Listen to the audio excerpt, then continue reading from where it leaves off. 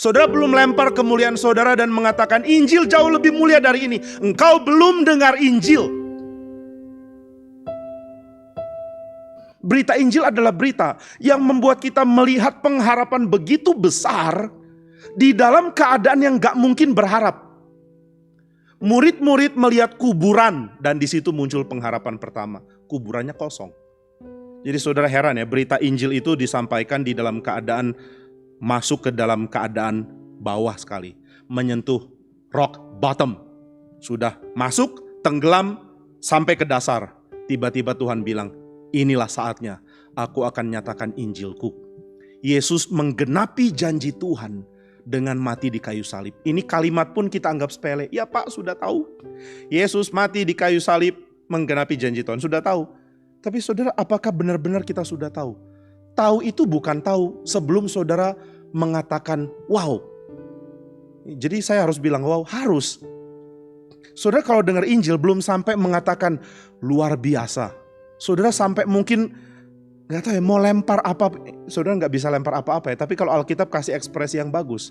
Saking kagumnya terhadap kemenangan Injil. Orang akan copot mahkotanya lalu lempar ke kaki Kristus. Mahkotailah Tuhan gitu ya. Kita mau ambil apa yang paling mulia dari kita lalu kita lemparkan ke bawah. Yang paling mulia dari kita mau kita perhinakan. Perhinakan kata yang bagus gak? Ya kita mau hina. Yang mulia dari saya, mahkota saya. Saya taruh ke bawah. Karena mulia Kristus lebih besar dari itu. Baru kita ngerti Injil. Saudara belum lempar kemuliaan saudara dan mengatakan Injil jauh lebih mulia dari ini. Engkau belum dengar Injil. Jangan bilang tahu. Kau belum tahu. Kalau kita bilang, oh saya sudah tahu berita Injil. Yesus mati bagi dosa saya. Yesus mati untuk menebus manusia. Yesus mati. Kamu belum lempar apa-apa kok waktu dengar berita ini.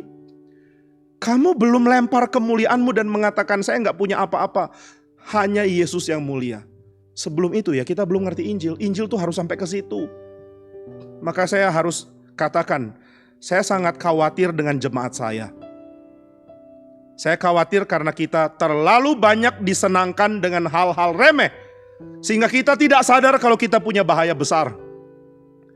Kita terus pikir, oh ada COVID nanti saya mati bagaimana. Saya nggak peduli kalau kita mati asal kita mati di dalam Kristus.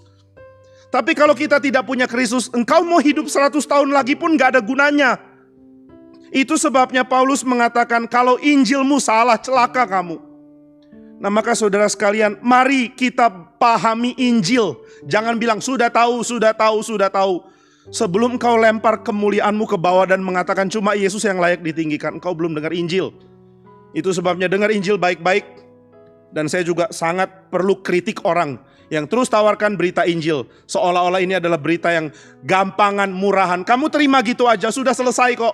Kamu percaya? Ya, percaya, benar percaya. Udah, nah kamu udah selamat. Omong kosong. Saudara tidak ekspresikan Injil sampai bikin orang menghina dirinya dan meninggikan Kristus. Itu belum masuk dalam berita Injil.